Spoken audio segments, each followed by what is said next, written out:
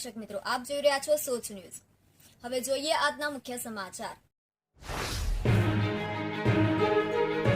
પૂર્વ ધારાસભ્ય ચિરાગ પટેલ ભાજપમાં જોડાયા। 2022માં ચિરાગ પટેલનો ખંભાત બેઠક પર વિજય થયો હતો। ચિરાગ પટેલને તેમની ભૂલ સમજાય એટલે તેઓ પરત ફર્યા। CR પાટીલ।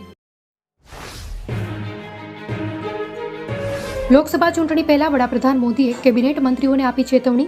2004 જેવી ભૂલ ન કરે એ માટે ચેતવ્યા। 2004માં વધારે પડતા વિશ્વાસને કારણે ભાજપ ચૂંટણી હાર્યું હતું।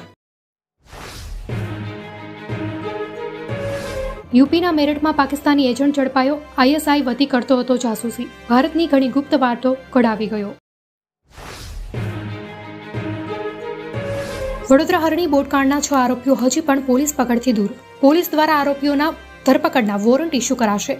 પરેશ શાહે દુર્ઘટના સમયે પોતાના ભાગીદારોને કર્યો હતો ફોન। અમદાવાદમાં બુલેટ ટ્રેન પ્રોજેક્ટના કામમાં બ્રેક લાગી। NHSRCLએ પશ્ચિમ રેલવે પાસેથી 2 વર્ષ લાંબો બ્લોક માંગ્યો હતો। સાબરમતી અને કાલુપુર વચ્ચેની ત્રીજી લાઇન બંધ કરવાની માંગ। અમદાવાદના રાજપથ રોડ પર કાર ચાલક અકસ્માત સર્જી ફરાર।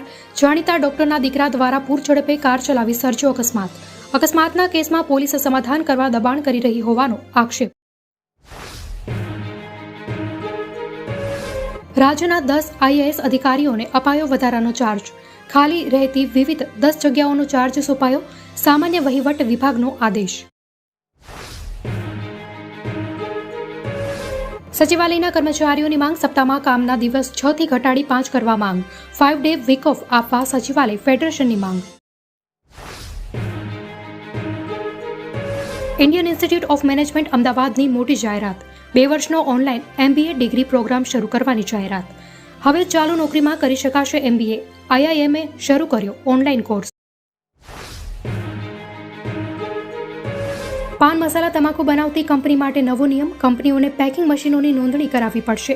GST વિભાગ પાસે ગુટખા કંપનીઓને મશીનની નોંધણી કરાવવી પડશે।